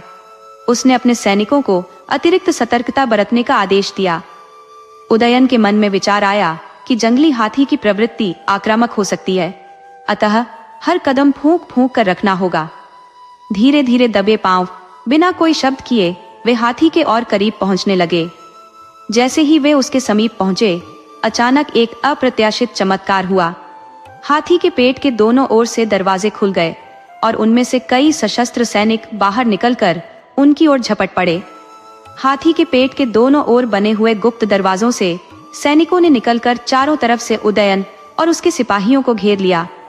यह देख उदयन हतप्रभ रह गया। उसने गौर किया कि वह हाथी असली नहीं था, बल्कि लकड़ी का बना हुआ था। कारीगरों ने इतनी कुशलता से इसे गढ़ा था कि उसकी रंगत और बनावट से उसे असली हाथी समझने में कोई चूक नहीं होती। उसकी सतह पर रंगाई ऐसी की गई थी कि वह पेड़ों और झाड़ियों के बीच पूर्णतः वास्तविक प्रतीत होता था। ये समझने में उसे देर न लगी कि यह एक सोची समझी चाल थी। अब पछतावा व्यर्थ था। मंत्री जी की बात उसे याद आई, लेकिन अब तो सब कुछ हाथ से निकल चुका था। चिड़िया खेत चुग गई, ये कहावत उसके मन में गूंज उठी। उसने तुरंत अपनी तलवार खींची और अपने सैनिकों को सावधान किया। सावधान रहो, यह एक षड्यंत्र है। लेकिन तब तक बहुत देर हो चुकी थी। हाथी के भीतर छिपे सैनिकों ने तेजी से हमला बोल दिया। उदयन के सैनिक संख्या में कम थे, जबकि दुश्मन अधिक और पूरी तरह से तैयार थे। दूसरी ओर उदयन और उसके सैनिक इस अचानक हुए हमले के लिए तैयार नहीं थे। भीषण संघर्ष हुआ। लड़ाई लंबे समय तक चली, लेकिन अंततः उदयन के कुछ सैनिक वीर गति को प्राप्त हुए और बाकी इधर उधर भागने लगे। उदयन अकेला रह गया। शत्रुओं ने उसे चारों ओर से घेर लिया और बंदी बना लिया। उदयन को गिरफ्तार करके राजा चंद्रप्रभा के समक्ष प्रस्तुत किया गया। चंद्रप्रभा ने जैसे ही उदयन को देखा, उसने जोरदार ठहाका लगाया और ताली बजाते हुए व्यंग्य भरे स्वर में कहा, स्वागत है महाराज उदयन, आपकी पधारने की कृपा से हमारा यह दरबार धन्य हो गया। कैसा लग रहा है? पांडवों की 26वीं पीढ़ी के वंशज को आपके सम्मान में हमें बहुत परिश्रम करना पड़ा। पहले तो मैं युद्ध नहीं करना चाहता था, लेकिन फिर मैंने योजना बदल दी। देखिए, आपके शौक के लिए हमने कितनी मेहनत की। आपके लिए यह नकली हाथी बनवाया गया। मेरे गुप्तचरों ने आपकी सेना में मौजूद हमारे लोगों से आपका हर शौक मालूम किया और फिर सौदागर के भेष में मेरे गुप्तचर आपके दरबार में पहुंचे। उनके छल कपट के कारण आप इस कदली वन तक आ गए। अब देखिए, हमारी योजना सफल रही और आप हमारे जाल में फंस ही गए। लकड़ी के हाथी को गुप्त रूप से एक दांव का स्वरूप दिया गया था, जिसमें भीतर सैनिकों को छुपाकर तैयार किया गया। योजना स्पष्ट थी। जैसे ही आप उसे पकड़ने आएंगे, ये सैनिक अचानक आप पर हमला करेंगे, और यही हुआ। मेरी चतुराई सफल हुई। उदयन ने क्रोध में कहा, धोखे से किसी की वीरता को बंधन में डालने से उसकी शौर्यता कम नहीं हो जाती। आपने छल पूर्वक मुझे कैद किया है। यदि आप में वास्तविक साहस होता तो आप मुझसे आमने सामने युद्ध करते। ये कायरों का काम है। चंद्रप्रभा ने हंसते हुए उत्तर दिया, राजनीति और युद्ध में हर तरीका न्यायोचित होता है। जब हमारे एक साधारण उपाय से काम हो सकता था, तो हमें रक्तपात की आवश्यकता क्यों होती? तुम ही बताओ, क्या यह विवेकपूर्ण नहीं था? अंततः जो परिणाम निकलना था वह निकल ही गया। व्यर्थ की हिंसा से हमें क्या लाभ? उसकी आवाज में व्यंग्य और विजय का मेल था। चंद्रप्रभा की प्रसन्नता असीम थी। एक समय था जब उसके प्रस्ताव को ठुकराया गया था और वह अपमान का अनुभव कर रहा था। आज वही उदयन उसके समक्ष बंदी बनकर खड़ा था। उसकी हार ने चंद्रप्रभा के गर्व को संतुष्ट कर दिया था। उदयन ने झल्ला कर कहा, मुझे छोड़ दो। यदि तुम में साहस है तो आमने सामने युद्ध करो, तब मैं तुम्हें दिखाऊंगा कि वास्तविक बल किसे कहते हैं। चंद्रप्रभा ठाका लगाते हुए बोला, अब कुछ कहने की आवश्यकता नहीं है। उसने अपने सैनिकों को आदेश दिया, इसे महल में ले जाकर नजरबंद करो। इसके आसपास कड़ा पहरा लगाओ। आगे का निर्णय मैं बाद में करूंगा। सैनिकों ने आदेश का पालन किया और उदयन को महल में ले गए। थोड़ी ही देर में दरबार का समय समाप्त हो गया। दरबारी और मंत्री अपने अपने कक्षों में लौट गए और राजा भी महल की ओर प्रस्थान कर गया। इस बीच उदयन के जो बचे हुए सैनिक भागकर किसी तरह अपने देश पहुंचे। उन्होंने मंत्री के समक्ष उपस्थित होकर सारी घटना बताई। मंत्री ने उन्हें देखकर आश्चर्य से पूछा, तुम लोग इस समय यहाँ क्यों हो? राजा और शेष सेना कहाँ है? सैनिकों ने गहरी निराशा के स्वर में उत्तर दिया, मंत्री जी, हमारे साथ भयंकर छल हुआ। उन्होंने लकड़ी का हाथी तैयार किया था जिसमें सैनिक छिपे हुए थे। जैसे ही हम उसे पकड़ने के लिए आगे बढ़े, हाथी से सैनिक निकलकर हम पर टूट पड़े।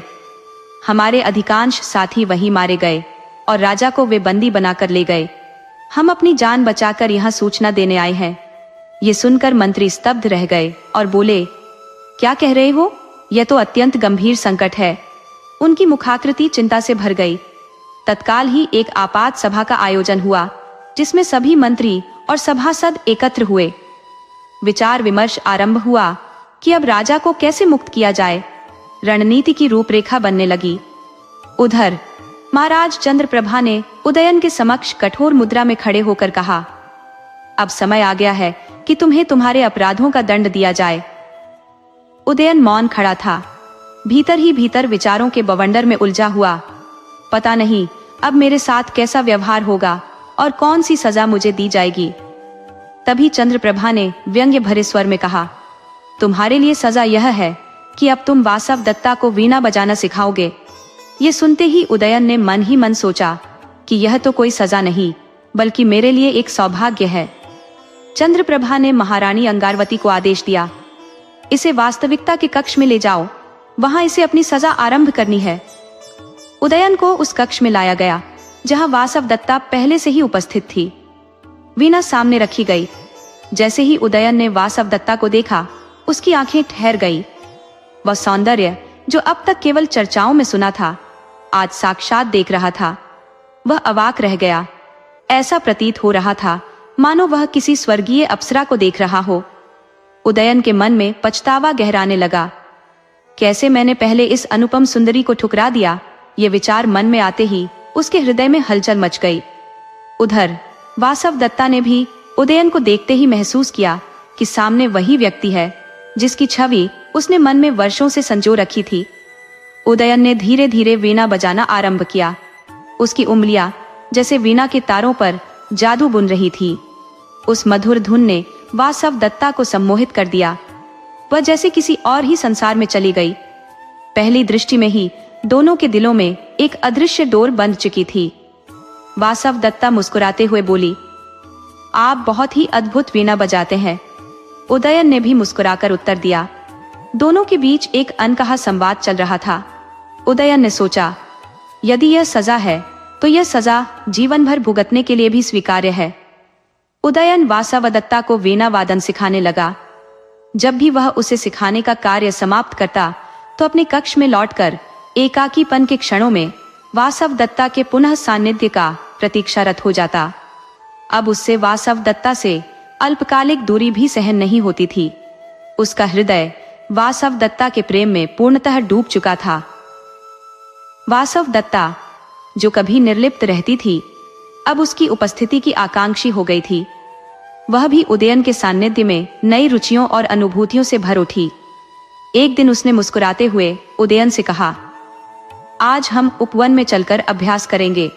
उदयन ने प्रसन्न होकर उत्तर दिया, तो चलिए आज उपवन में ही वीणा वादन सिखाते हैं। वासवदत्ता ने अपनी दासियों को आदेश दिया कि बगीचे में समुचित व्यवस्था की जाए। उपवन में एक भव्य स्थल तैयार कर दिया गया। उदयन और वासवदत्ता वहां पहुंचे। वासवदत्ता वीणा का अभ्यास कर रही थी और उदयन उसे अत्यंत समर्पण से सिखा रहा था। दोनों एक दूसरे के प्रेम में इतने गहराई तक खो चुके थे कि अब संसार की कोई भी बात उनके लिए महत्वहीन हो गई थी। उदयन को न अपने बंधन का ध्यान था, न ही इस तथ्य का कि उसे अपने राज्य लौटना है। उसके मन में केवल एक ही विचार था, वासवदत्ता के सान्निध्य का। वह सोचने लगा, यदि मुझे यहाँ से जाना पड़ा तो वासवदत्ता के बिना मैं कैसे रह पाऊंगा। एक दिन उसने गहरी व्याकुलता में वासवदत्ता से पूछा, अगर मुझे यहाँ से जाना पड़ा तो क्या तुम मेरे बिना रह सकोगी? वासवदत्ता ने दुखी होकर उत्तर दिया, मैं तो एक पल भी तुम्हें देखे बिना नहीं रह सकती। उदयन ने चिंतित होकर फिर पूछा, तो फिर क्या होगा? वासवदत्ता ने गंभीर स्वर में कहा, आपने मेरे विवाह का प्रस्ताव अस्वीकार कर दिया था। मेरे पिताजी हमारे विवाह के लिए कभी सहमत नहीं होंगे।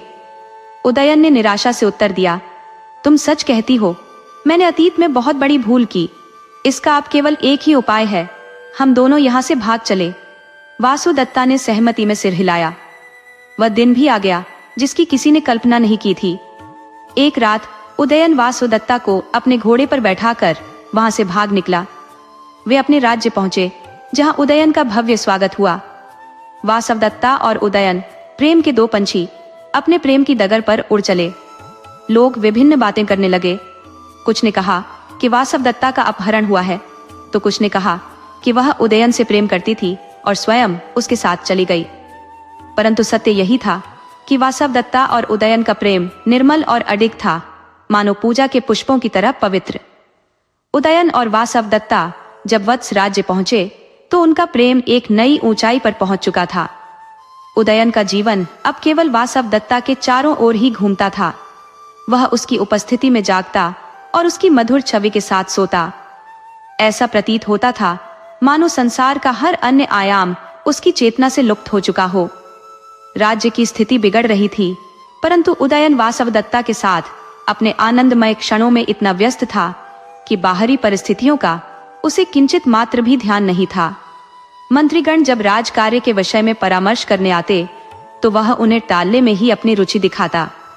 इस उदासीनता का परिणाम यह हुआ कि राज्य की व्यवस्था धीरे धीरे बिखरने लगी।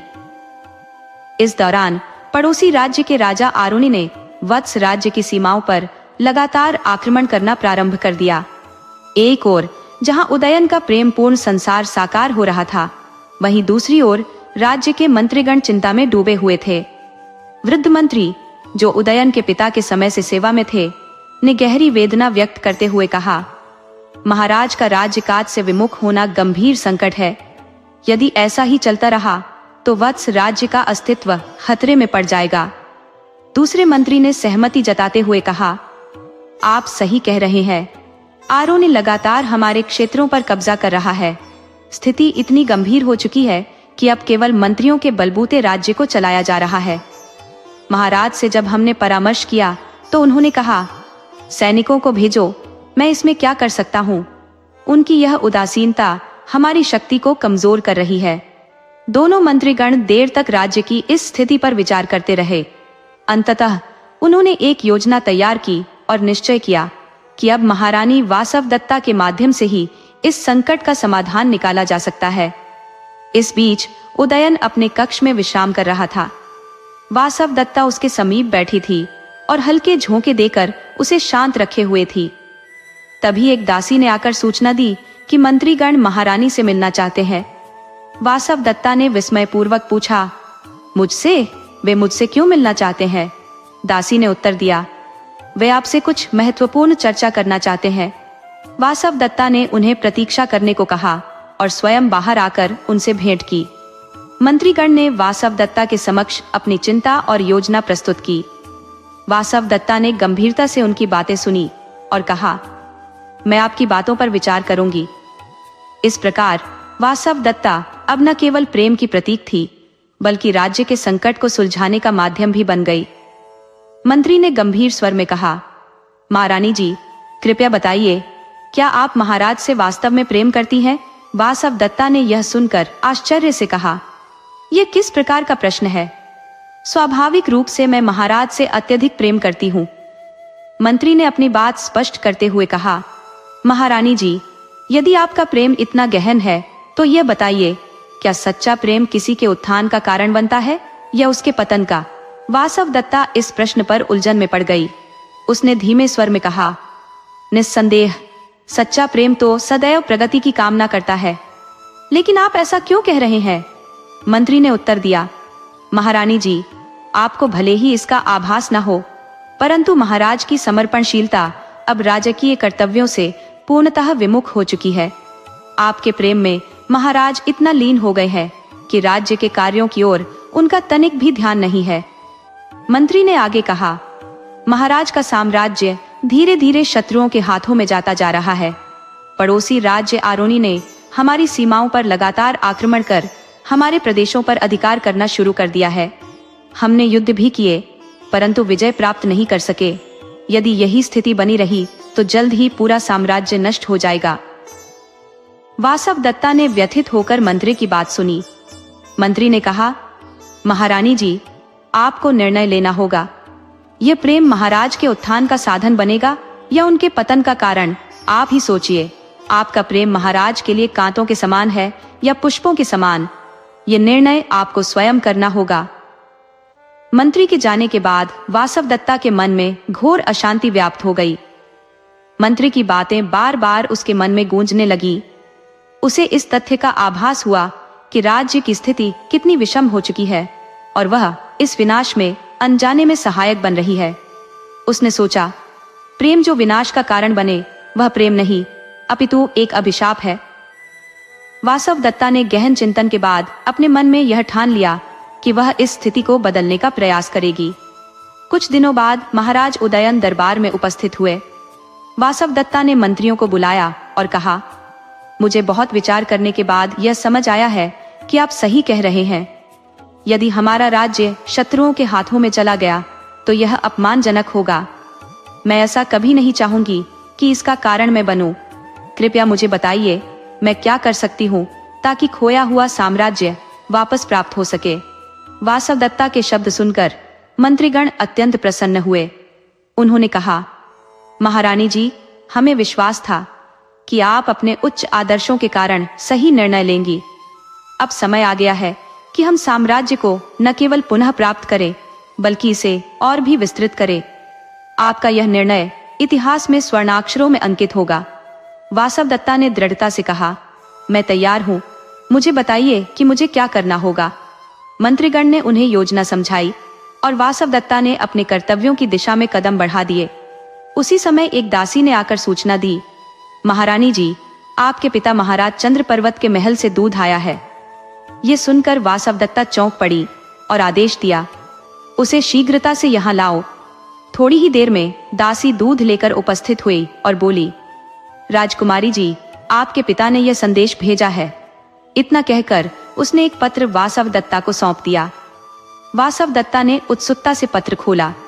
वह पत्र महाराज उदयन के नाम लिखा गया था, जिसमें चंद्रपर्वत ने लिखा था, मैंने तुम्हारे पूर्व की भूलों को क्षमा कर दिया है। वासवदत्ता से विवाह का प्रस्ताव मैंने पहले भी रखा था, परंतु तुम्हारे कुल के मान सम्मान के कारण तुमने इसे अस्वीकार कर दिया और वासवदत्ता को अपने साथ ले गए। मैं इसे तुम्हारे अपरिपक्व बचपन का निर्णय मानता हूँ और अब इस पर कोई विवाद नहीं चाहता। मैंने तुम्हारी भूल को समझते हुए तुम्हें और वासवदत्ता को पूर्ण रूप से स्वीकार कर लिया है। मेरी प्रिय पुत्री वासवदत्ता अब तुम्हारी पत्नी है और तुम मेरे प्रिय दामाद। हमारे परिवारों के बीच कोई वैर भाव नहीं है।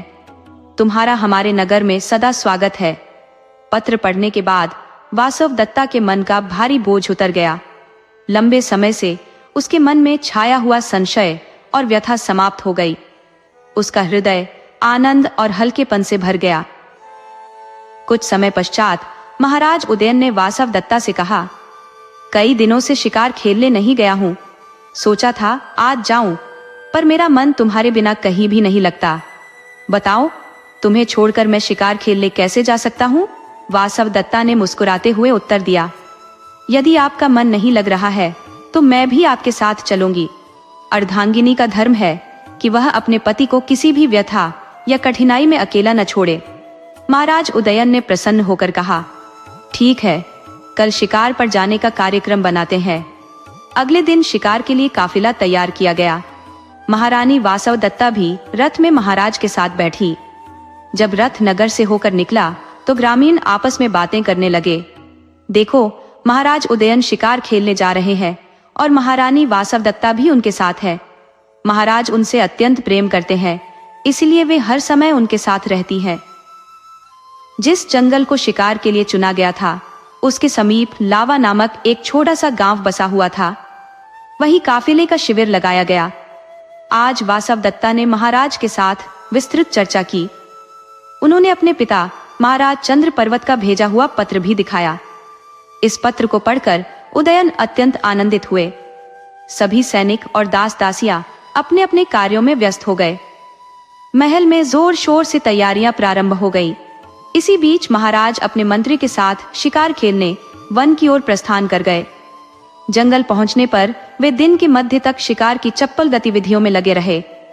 लौटते समय जंगल के सिरे पर उन्हें कुछ असामान्य हलचल महसूस हुई। इधर उधर ग्रामीणों को भागते देखा गया। तभी एक युवा विद्यार्थी दिखाई दिया। उदयन ने उससे पूछा, बालक, ये इतनी अफरा तफरी क्यों मची है? विद्यार्थी ने उत्तर दिया, महाराज, लावा नाक गांव में भयंकर आग लगी है। महारानी वासवदत्ता भी वहीं ठहरी हुई थी। ये सुनकर उदयन को जैसे आंतरिक चोट लगी। उन्होंने तुरंत अपने घोड़े को लावा नाक गांव की ओर दौड़ाया। उनके साथ मंत्री रमणवान भी थे। गांव के पास पहुंचते ही उन्होंने देखा कि आसमान को छूती प्रचंड अग्नि की लपटें उठ रही थी। वहां भारी भीड़ थी।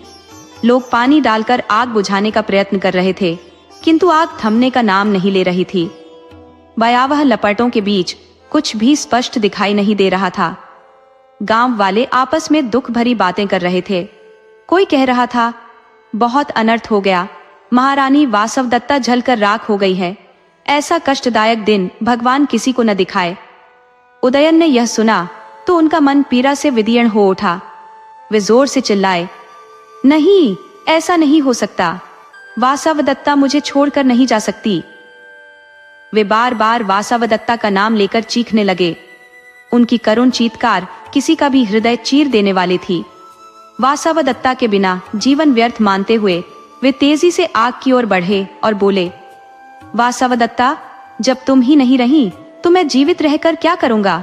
मैं भी तुम्हारे पास आ रहा हूं। ये कहते हुए वे आग में कूदने वाले थे कि सैनिकों ने उन्हें पकड़ लिया। मंत्री और सैनिकों ने उन्हें मुश्किल से आग से दूर हटाया। उदयन बार बार यही कह रहे थे, जब मेरी वासवदत्ता नहीं रही तो मेरे जीने का क्या प्रयोजन। सबने उन्हें ढांढस बंधाने का प्रयास किया। थोड़ी देर बाद जब वे थोड़ा शांत हुए तो उन्हें ध्यान आया कि मंत्री रमणवाण जो उनके साथ था अब दिखाई नहीं दे रहा। उदयन को स्मरण हुआ कि जब वे शिकार पर गए थे तब मंत्री महारानी वासवदत्ता की रक्षा के लिए रुका था। इसका अर्थ था कि मंत्री अंतिम समय में वासवदत्ता के पास ही था। अब मंत्री की खोज शुरू हुई। जानकारी मिली कि जिस समय आग लगी थी उस वक्त किसी ने भी मंत्री योगदान नारायण को इधर उधर आते जाते नहीं देखा। योगदान नारायण जो कि बूढ़े हो चले थे, राज्य के सबसे भरोसेमंद और निष्ठावान मंत्री थे। वे महाराज उदयन के पिता के समय से सेवा में थे और उन्हें पिता तुल्य सम्मान दिया जाता था। उदयन के लिए यह आघात दूसरा गंभीर आघात था। बचपन से ही उन्होंने योगदान नारायण को अपने संरक्षक के रूप में देखा था।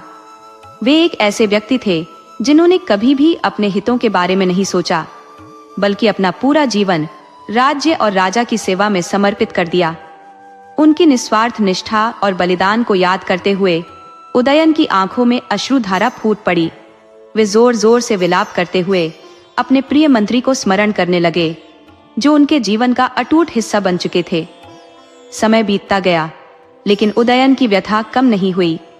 इस बीच पड़ोसी देश से समाचार मिला। पड़ोसी देश का शासन दर्शक नामक राजा के हाथों में था। दर्शक की बहन राजकुमारी पद्मावती अपनी सुंदरता और सौम्यता के लिए प्रसिद्ध थी। दर्शक और पद्मावती की माता महादेवी ने संन्यास धारण कर नगर के बाहर स्थित एक आश्रम में निवास करना शुरू कर दिया था। दर्शक और पद्मावती समय समय पर अपनी माता से मिलने आश्रम जाया करते थे। आज उस आश्रम में असाधारण हलचल थी। आश्रम से नगर तक जाने वाले मार्ग पर कड़ी सुरक्षा व्यवस्था थी। पद्मावती अपनी माता महादेवी से मिलने पहुंची थी और वहां एक सन्यासी और एक महिला भी उपस्थित थे। पद्मावती की अनुपम शोभा को देखकर सन्यासी आश्चर्यचकित हो उठा और बोल पड़ा, यह कैसी अनुपम सुंदरता है, ऐसी राजकुमारी तो स्वर्ग से उतरी लगती है। सन्यासी को स्मरण हुआ कि भविष्यवाणी के अनुसार राजा उदयन का सारा साम्राज्य छिन जाएगा, किंतु वे मगध की राजकुमारी पद्मावती से विवाह करके मगध राज की सहायता से पुनः अपना राज्य प्राप्त करेंगे। ये भविष्यवाणी अब सत्य प्रतीत होने लगी। उसी समय एक प्रतिहारी ने आकर घोषणा की, सभी लोग सुने, राजकुमारी पद्मावती आज के दिन दान कर रही है। जिसे जो भी चाहिए वह उनसे मांग सकता है। ये सुनकर सन्यासी ने विस्मय से पूछा, क्या कहा? क्या राजकुमारी सच में सब कुछ दान कर सकती है? संतरी ने उत्तर दिया, हाँ, राजकुमारी अत्यंत धार्मिक प्रवृत्ति की है।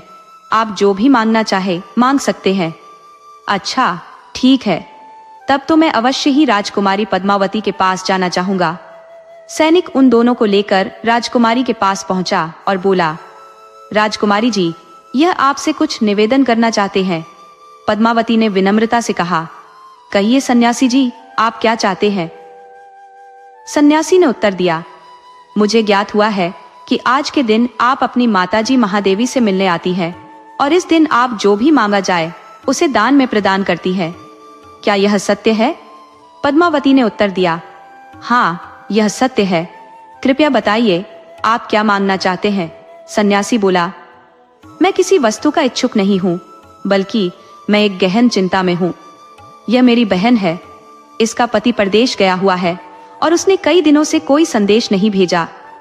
इसके सिवा मेरा इस संसार में कोई नहीं है। अब मैं इसके पति को खोजने के लिए प्रस्थान करना चाहता हूँ, किंतु इसकी सुरक्षा को लेकर चिंतित हूँ। मैं यह निवेदन करता हूँ कि कृपया आप इसे अपने संरक्षण में ले लें। आपके अलावा और कोई इसके सतीत्व और मान की रक्षा नहीं कर सकता।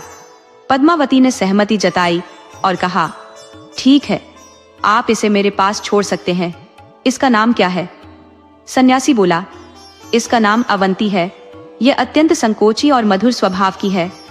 महादेवी ने अवंती को देखते ही कहा, इसकी आकृति ऐसी लगती है जैसे यह किसी राज्य की राजकुमारी हो।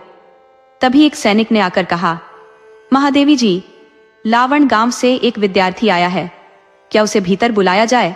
महादेवी ने आदेश दिया, उसे भीतर लाओ। विद्यार्थी जब भीतर आया तो उसने अपनी इच्छित वस्तु प्राप्त की और फिर बोल पड़ा, क्या कहूँ रानी जी, लावण गांव में आज एक भीषण घटना घटित हुई है। पद्मावती ने चिंतित स्वर में पूछा, क्या हुआ, विस्तार से बताओ। विद्यार्थी ने गहरे दुख भरे स्वर में उत्तर दिया, महारानी, उद्यान की पत्नी वासवदत्ता आग की लपटों में घिरकर परलोक सिधार गईं। उन्हें बचाने के प्रयास में उनका विश्वास पात्र मंत्री भी आग की भेंट चढ़ गया।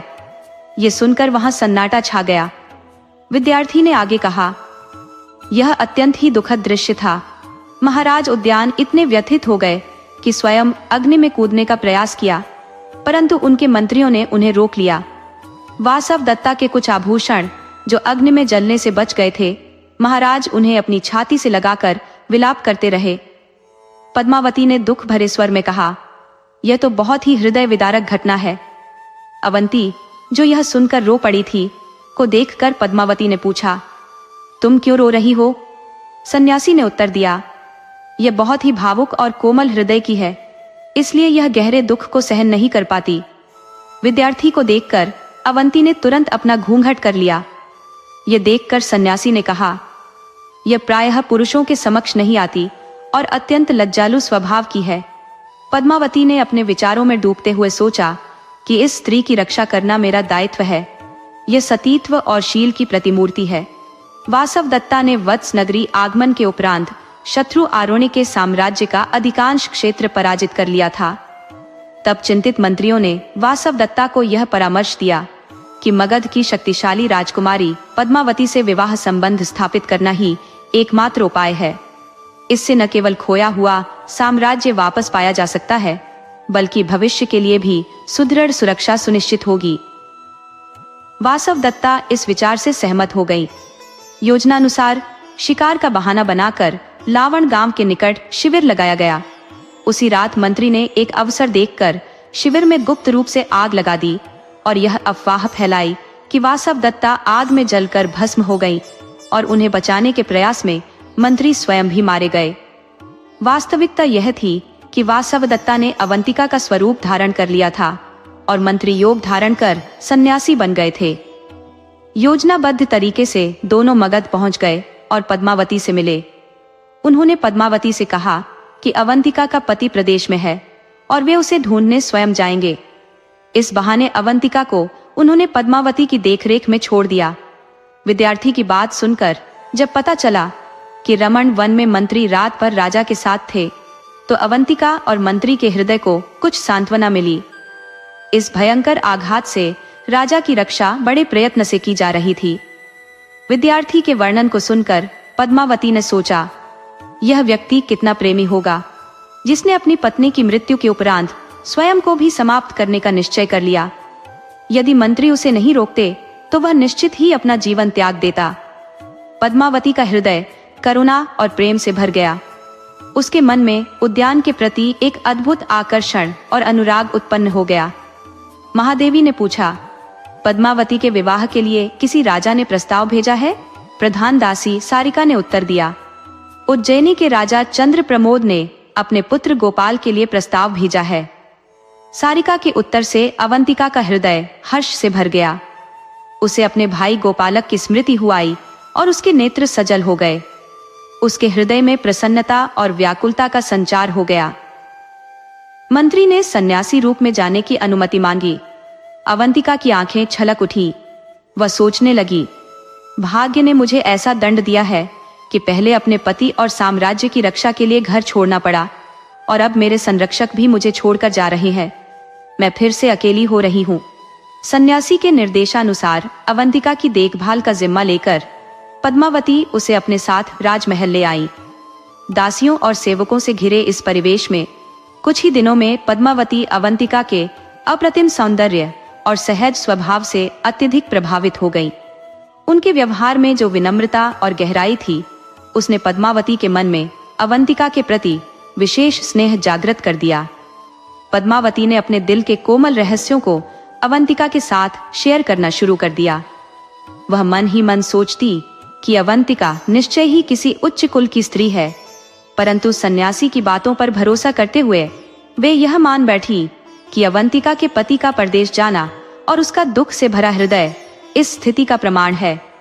इस कारण उन्होंने हर संभव प्रयास किया कि अवंतिका को प्रसन्न रखा जाए। उस दिन भी पद्मावती ने अवंतिका को अपने राजमहल के बगीचे में साथ चलने का अनुरोध किया। उनके साथ सागरिका और अन्य दासियां भी थी, जो विभिन्न प्रकार के खेल खेलकर और परिहास के माध्यम से राजकुमारी का मनोरंजन कर रही थी। अवंतिका और पद्मावती भी खेल में मग्न थी।